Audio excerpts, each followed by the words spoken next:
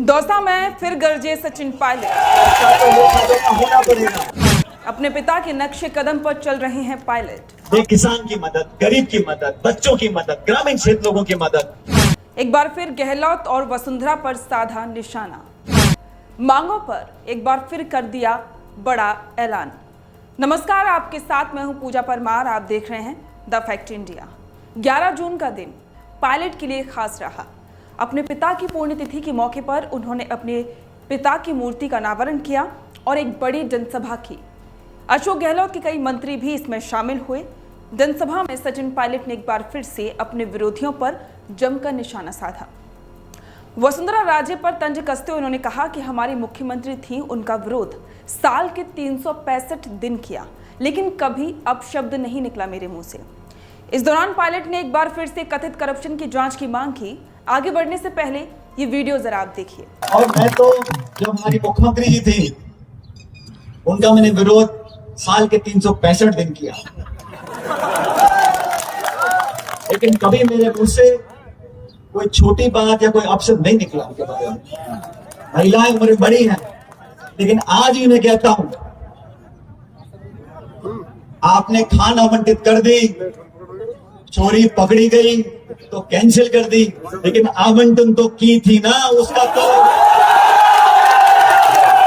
365 दिन विरोध, लेकिन एक अपशब्द नहीं। अपशब्द से याद आया कि सीएम अशोक गहलोत अक्सर कुछ ना कुछ ऐसा बोल ही देते हैं जिन्हें अपशब्द की संज्ञा दी जाती है। नाकारा, निकम्मा, मानसिक दिवालियापन, निकम्मापन, इन सभी शब्दों से आप बखूबी परिचित हो गए होंगे। सचिन पायलट जो हमेशा कहते हैं, मैं कभी भी अपशब्द नहीं बोलता, राजनीति में भाषा की मर्यादा होनी चाहिए। सचिन के बयानों से साफ लगता है कि वे एक तीर से दो निशाने मारते हैं और बातों ही बातों में ऐसा तंज कसते हैं कि किसी को बुरा भी ना लगे और काम भी हो जाए। ये कला सचिन पायलट को उनके पिता राजेश पायलट से विरासत में मिली है और इसके साथ ही अपनी बात को पुरजोर तरीके से सबके सामने रखना और जनता की मांगों को उठाना, चाहे उसके लिए किसी के खिलाफ भी जाना पड़े। दौसा में जनसभा के दौरान अपने पिता का जिक्र करते हुए सचिन पायलट ने कहा कि पायलट साहब की राजनीति एक अलग प्रकार की राजनीति थी।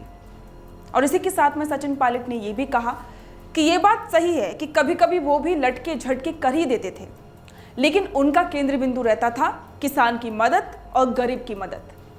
वीडियो जरा आप देखिए। जैसे मैंने शुरू में कहा, पायलट साहब की राजनीति एक अनोखी राजनीति थी और ये बात सही है। कभी कभी वो भी लटके झटके कर देते थे राजनीति,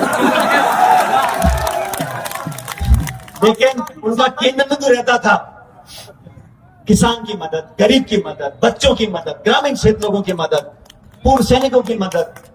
उनकी मदद हम कैसे करें, और उसी रास्ते पर हम सब चल रहे हैं। आज इस मूर्ति का अनावरण यहां पर हुआ है। मैं समझता हूं आने वाले कई सालों तक ये प्रेरणा का सूत्र रहेगा।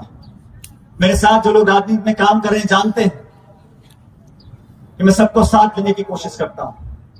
जब मैं लटके झटकों से तो आप समझ ही गए होंगे कि पायलट का ये बयान उनके ही कदमों की तरफ इशारा करता है। दौसा में हुई जनसभा की बड़ी सफलता सामने दिखाई दी है। तस्वीरों से आप समझ ही गए होंगे। अब देखने वाली बात होगी कि सचिन पायलट के युवाओं के वादे और उनके वर्चस्व की लड़ाई कब तक चलती है। आपका इस पर क्या कहना है, कमेंट करके जरूर बताएं। बने रहें द फैक्ट इंडिया के साथ।